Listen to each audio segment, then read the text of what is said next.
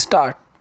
महोदय, यह भी विचार किया गया है कि जो व्यक्ति समाज में काम करता है, चाहे आविष्कार का काम करे, चाहे दूसरा कोई काम करे, उसको उस काम में तब तक सफलता नहीं मिल सकती है जब तक कि समाज का सहयोग या समाज ने जो परिश्रम या कुछ आविष्कार किया है उसका उपयोग उसको प्राप्त ना हो, उसका उपयोग वह ना कर सके।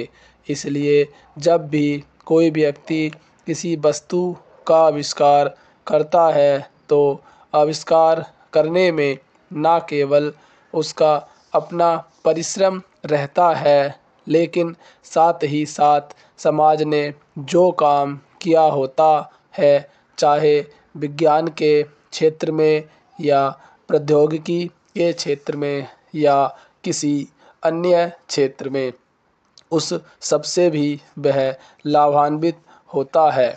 इसलिए जब हम किसी आविष्कारक के किसी आविष्कार के अधिकार की रक्षा करना चाहते हैं तो उसके साथ साथ यह भी विचार हमारे दिमाग में आता है, जिस व्यक्ति ने समाज की सहायता से आविष्कार किया है उस समाज को भी उसका फल अधिक से अधिक मिलना चाहिए। माननीय मंत्री जी ने भी कहा है कि पेटेंट लॉ इस सिद्धांत पर आधारित होना चाहिए।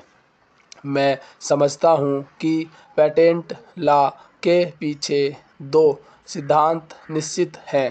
पहला सिद्धांत तो यह है कि जो व्यक्ति परिश्रम करके, धन लगाकर, अपना दिमाग लगाकर के किसी वस्तु का आविष्कार करता है, उसके तथा अपने परिवार के लोगों के अधिकार की जहाँ रक्षा होनी चाहिए, उसके साथ ही साथ जैसा मैंने अभी कहा है, कोई व्यक्ति समाज में व्यर्थ में काम नहीं करता है, वरन पिछले समाज के लोगों ने जो जो काम किए होते हैं, चाहे विज्ञान के क्षेत्र में या प्रौद्योगिकी के क्षेत्र में या किसी अन्य क्षेत्र में, और जिनके आधार पर वह कोई आविष्कार करता है, उसको उस का प्रतिफल तो मिले, लेकिन जो परिणाम हो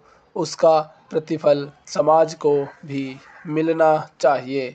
मंत्री महोदय ने कहा है कि जो यह सिद्धांत है वह भी इस विधेयक के पीछे स्थापित किया गया है और इस बात का ध्यान रखा गया है कि जहां हम किसी व्यक्ति के आविष्कार के जो अधिकार हैं, चाहे धन के उपार्जन का अधिकार हो या प्रतिष्ठा प्राप्त करने का अधिकार हो, उसे प्रतिष्ठा का और चाहे धन का, दोनों का लाभ व्यक्ति विशेष को भी मिले। महोदय, देश में जो उद्योग धंधा चल रहा है या देश की उन्नति करने का, देश में समृद्धि लाने का जो प्रौद्योगिकीय आविष्कार हो रहा है, उसमें भी उसका उपयोग पूरा हो।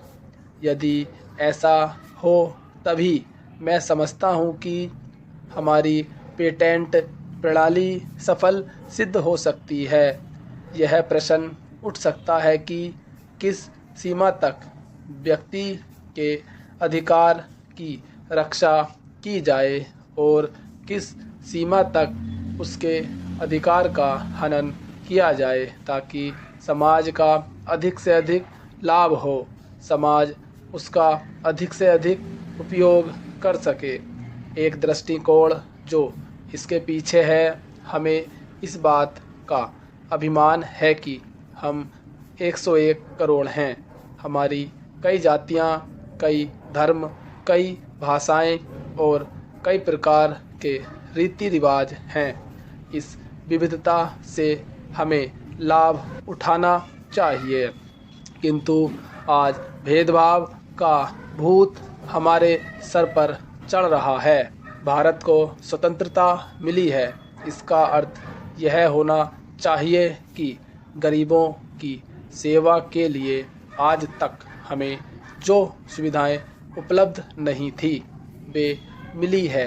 जिस प्रकार भरत ने अयोध्या के राज्य को राम का समझकर सेवक वृत्ति से राज्य का काम संभाला था, उसी प्रकार हमें समझना चाहिए कि राज्य गरीब जनता का है और उसके नाम पर उसके संरक्षक बनकर हमें उसको चलाना है।